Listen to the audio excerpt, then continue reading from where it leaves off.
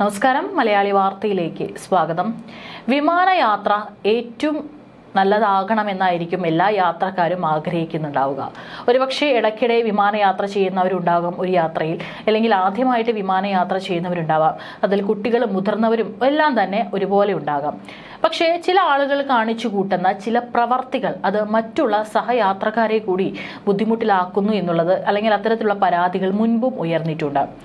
സഹയാത്രക്കാർക്ക് കൂടി ബുദ്ധിമുട്ടുണ്ടാക്കുന്നതാകരുത് നമ്മുടെ ഓരോ പ്രവൃത്തിയും. പ്രത്യേകിച്ച് ഒരു പൊതുസ്ഥലത്ത് വിമാനയാത്ര പോലുള്ള യാത്രകളിൽ വളരെ സുരക്ഷയോട് കൂടിയിട്ടാണ് എല്ലാവരും യാത്ര ചെയ്യുന്നത്. എന്തെങ്കിലും ഒരു ചെറിയ പ്രശ്നം മതി വിമാനം അടിയന്തരമായി ലാൻഡിംഗ് ചെയ്യുന്ന നടപടികളടക്കം എപ്പോഴും ഉണ്ടാകുന്നതാണ്. അതുകൊണ്ട് തന്നെ മറ്റുള്ളവരുടെ ഭാഗത്തു നിന്ന്, സ്വന്തം ഭാഗത്തു നിന്ന് അബദ്ധങ്ങൾ പറ്റാതിരിക്കാൻ എല്ലാവരും ശ്രമിക്കണമെന്ന് എപ്പോഴും വിമാനയാത്രയിൽ ശ്രദ്ധിക്കേണ്ട ഒരു കാര്യം കൂടിയാണ്. ഇപ്പോൾ പറന്നുയർന്ന വിമാനത്തിനുള്ളിൽ 2 കുട്ടികളുടെ മുമ്പിൽ വെച്ച് ലൈംഗിക പ്രവർത്തികളിൽ ഏർപ്പെട്ട ദമ്പതികളെ അമേരിക്കൻ സംസ്ഥാനമായ കണക്റ്റിക്കട്ടിൽ നിന്ന് അറസ്റ്റ് ചെയ്തിരിക്കുകയാണ്.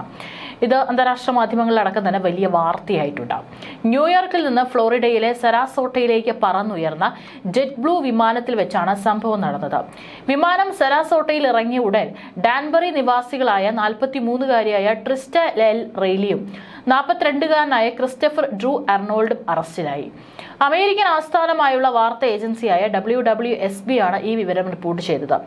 കുട്ടികളുടെ അമ്മയാണ് വിമാന ജീവനക്കാരെ വിവരം അറിയിച്ചത്. യാത്രക്കാർ ലൈംഗിക പ്രവർത്തനങ്ങളിൽ ഏർപ്പെടുന്നത് തങ്ങളുടെ മക്കൾ കണ്ടുവെന്ന് അവർ പരാതിപ്പെട്ടു. തുടർന്ന് ഒരു ഫ്ലൈറ്റ് അറ്റൻഡന്റ് റെയ്ലിയും അർണോൾഡും ഇരുന്ന ഭാഗത്തേക്ക് പോവുകയും നേരിട്ട് കാണുകയും ചെയ്തുവെന്നും അധികൃതർ WWSBയോട് പറഞ്ഞു.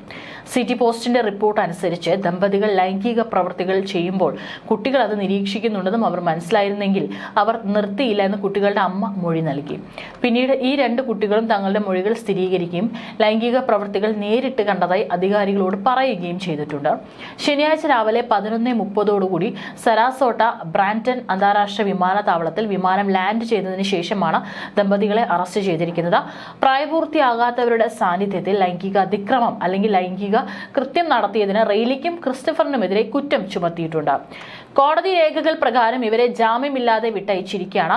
ഓഗസ്റ്റ് 15-ന് ഇവർ കോടതിയിൽ ഹാജരാകണം. സ്വകാര്യ ജെറ്റ് ചാർട്ടർ കമ്പനിയായ സ്ട്രാറ്റോസ് ജെറ്റ്സ് നടത്തിയ ഒരു സർവേ പ്രകാരം വർഷത്തിൽ ഒരിക്കലെങ്കിലും വിമാനയാത്ര ചെയ്യുന്ന 2000 പേരിൽ ഏകദേശം 17% പേർ വിമാനത്തിൽ ലൈംഗിക പ്രവർത്തനങ്ങളിൽ ഏർപ്പെട്ടിരുന്നു.